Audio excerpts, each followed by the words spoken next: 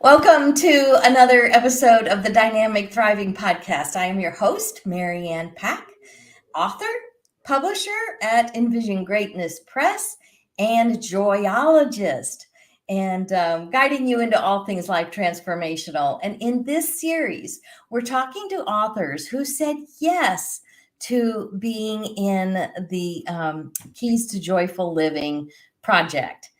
This is the 2024 project that Envision Greatness Press is providing a space for authors to come together and be on the podcast and to be a part of our book anthology project. So today our guest is my dear friend, Allison Field. Welcome, Allison. I'm so glad that you're here with us. Hi, Marianne. Good morning, and super excited to be here with you. Absolutely. I am so thankful you said yes to Keys. And you're going to tell us all about you and what you bring into the world, and also why it was important for you to answer the call of being in a partner in the Keys to Joyful Living. So let's ask Allison. Who is Allison, and what good do you bring into the world? So my jam, I think my purpose in life is to really help people connect with their own inner being and their own inner energy, and understand that they are the creators of their lives, and that they can use tools to support them in aligning their energy with what it is they want to do in the world. Yes. That's beautiful. I love it. And as I always say, our mess is our message. And usually what we have worked through, what we've gone through, the mess that we've transformed through, typically becomes part of our message, or is our message. And that's how we work with people, because we found ways, we found these keys to that joyful living. And so tell us a little bit about what mess you kind of went through and how you worked through it. How did you transform through it? And what are some of those key nuggets, those keys that you took away as a tool, a technique, a methodology that helped you move into joyful living? Great question. So, I think it was, sometime in my 30s and 40s, I was realizing that my relationships were not all going well. They were not going the way, I wanted them to go. There was a lot of upset, a lot of turmoil. I'd been married a couple of times already. And I started looking within, and I had gone through landmark education and also my training with coaching. And I realized along the way that it is an internal job, that in the past, I had been looking externally for solutions. And whereas, it caused me, my education caused me to look within and look at things I could shift, things I could do, instead of pointing the fingers at all the wrong out there, which there's plenty, right? It's all messed up, right? But look within, and it caused me to be able to have the tools and the opportunity to reframe things and look at my own energy and how I was showing up, how I was doing life, how I was projecting onto other people. And it really gave me the tools that I needed to not only help myself out of my messes, but also be able to stand up and show up for my clients as well. Yes. Yeah, we all have those things that we finally have to look inward. We have to stop the blaming. Yes. Because I think that's a big portion of becoming aware, a key, that just becoming aware that that's what we're even doing. Because it seems like it's so normal out there in the world that, well, that's what everybody does. We just blame each other or blame these circumstances instead of going, oh, wait, I'm kind of responsible for, I'm responsible for this, what I'm Yes. creating, and just understanding that we are the creators of our reality. Yes, and in my world, as far as energy goes, that's what I call a level 2 energy. A level 2 energy is all about conflict. It's right and wrong, good and bad. I'm on this side, you're on that side, Right. and it's very much the way of the world, actually. Yeah. It's in our socioeconomic systems, it's in our political systems, it's in all the things that we experience in our lives. And so when we understand that it's just an energy, and that we don't make ourselves wrong over it, but it's an opportunity and a possibility to view it differently. Yes. Than the blame game. Yes, that perspective shift. Mm-hmm. Right. Mm-hmm. So tell us, why did you decide to say yes to Keys? Because this is a bespoke program, project that I wanted to create, because I wanted people to be able to have the opportunity to be on our podcast several times and become an author in the book collaboration, our anthology. So what was it that kind of sparked your interest, or what made you say yes? You.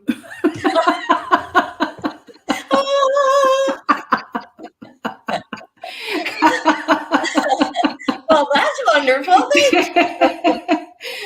I mean, that's part of it, but it's like time to get off the pot. Time to, I have a lot to share and a lot of experiences, and it's a great opportunity not only to build community and connection with the other authors in the collaboration project, but also to be able to provide the tools in a bigger way to more people, and to reach a bigger audience. And so I've been wanting to write my whole life, and have been busy with other projects, big projects. And so now's the time. Couldn't be a better time for me in my life to be able to participate in the project. So that's why I said yes. That's awesome. Yes, there's always that camaraderie built in, and the community and the belonging. I think that our authors, because we have author meetings throughout the time together, Mm-hmm. and you all will get to network together, and there might be some collaboration even amongst the authors themselves. Mm-hmm. And developing lifelong relationships and friendships. And so I'm always thrilled to see our authors, even in Unmuted Voices, our authors enjoy being together and spending time together on these calls, and even transforming, because writing and being on podcasts are they're very transformative experiences. Mm-hmm. Because there's always something that you find that you can peel back another layer. You think you've kind of worked through that, and you find out, oh, there's another layer that I have to peel back and be free. Mm-hmm. For more freedom, for more autonomy, for more sovereignty. Yes. So what are you looking forward to in this experience? What do you hope to get out of this experience, and that would make it feel really fulfilling and meaningful for you? Great question. And I think you said it, you nailed it. We're going through our own spiritual development throughout our whole lifetimes, and it's about doing the work.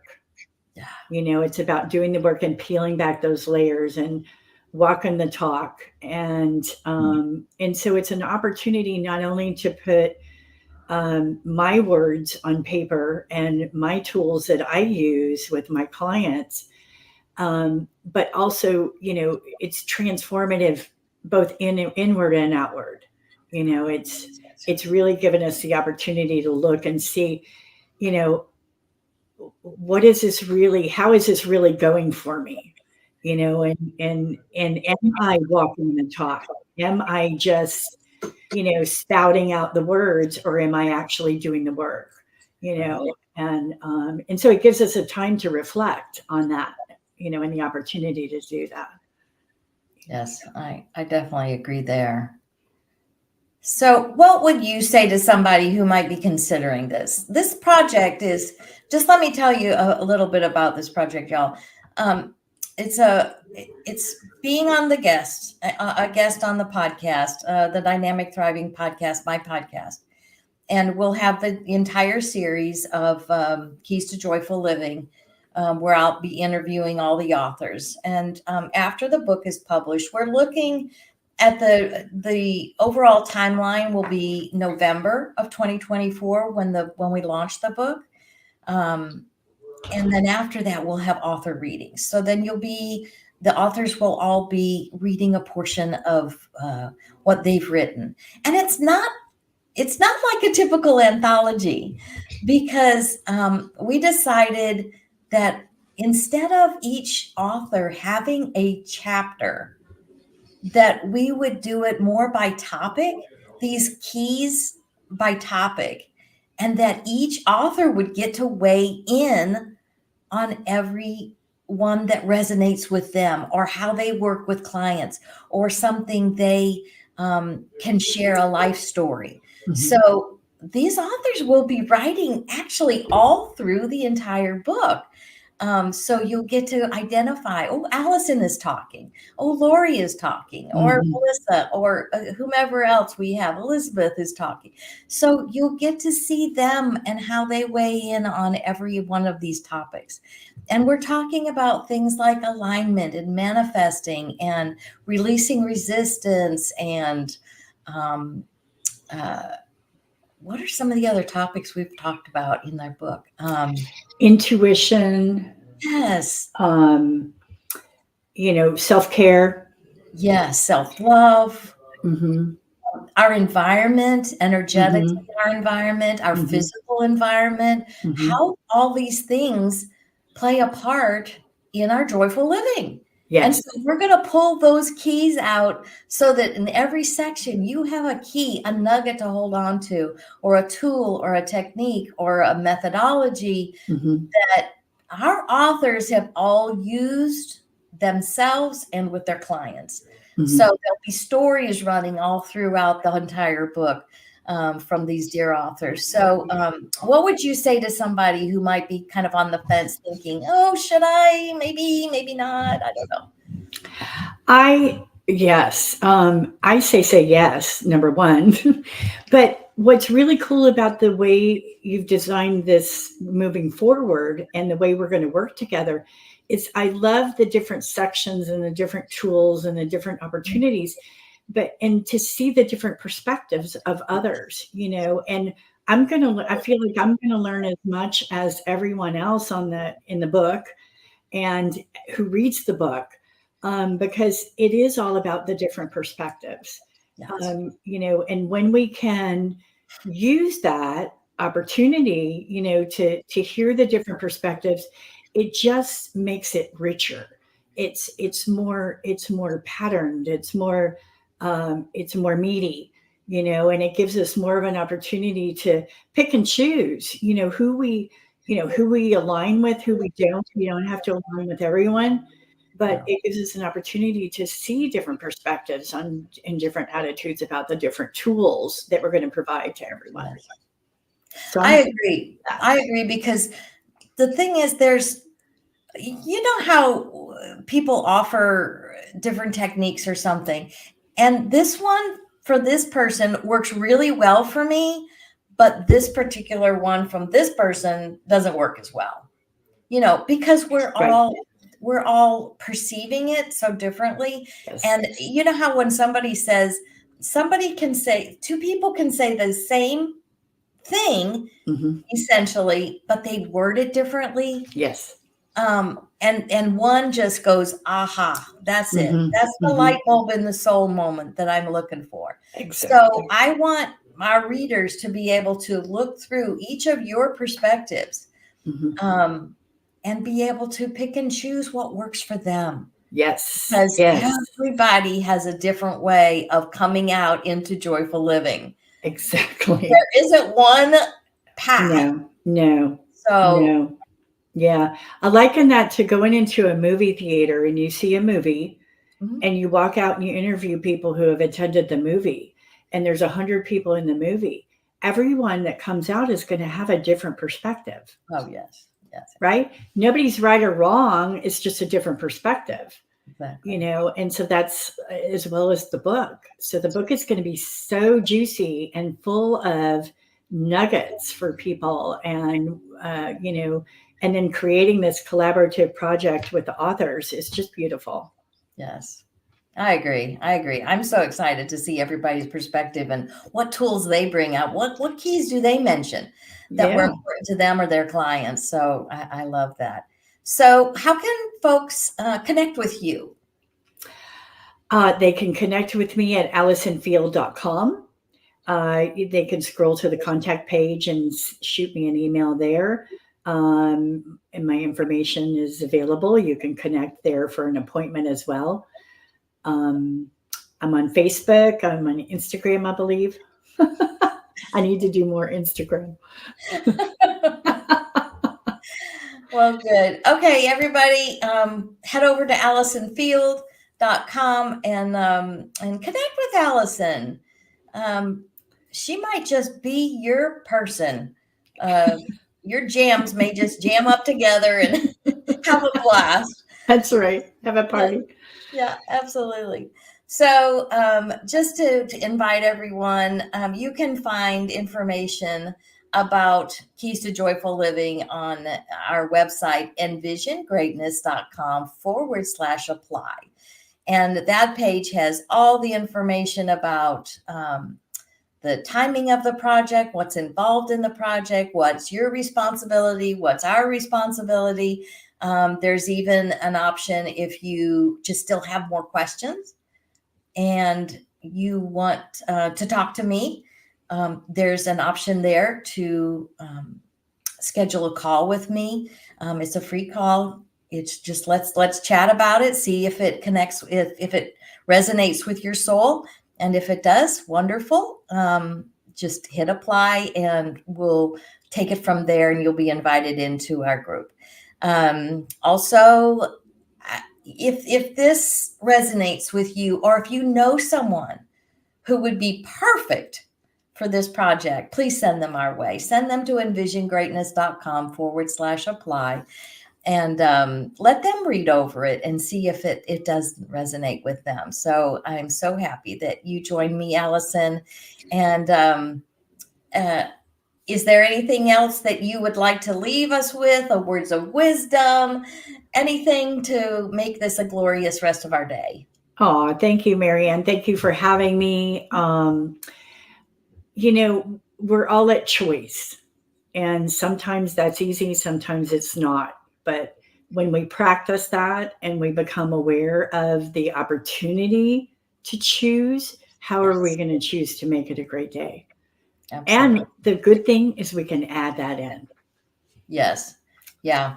And the thing is, too, we can set that intention when we feel like, oh, the day isn't going quite as great as we intended. Right. Stop for a minute. Just settle in, take a breath, take a few breaths, and then start again. And set your intention for this next segment of the day. I always loved it. My bonus daughter, when she was in her early 20s in nursing, she told me one time, she said, it's always a good day. It may be a really bad 10 or 15 minutes, but it's always a good day. Oh, so that's lovely. From an ICU nurse. I love that. Yes. Yes. So Yes. it's always a good day. Yes. So, everybody, we thank you for joining us. And Thank you. remember, you are joy, looking for a way to express.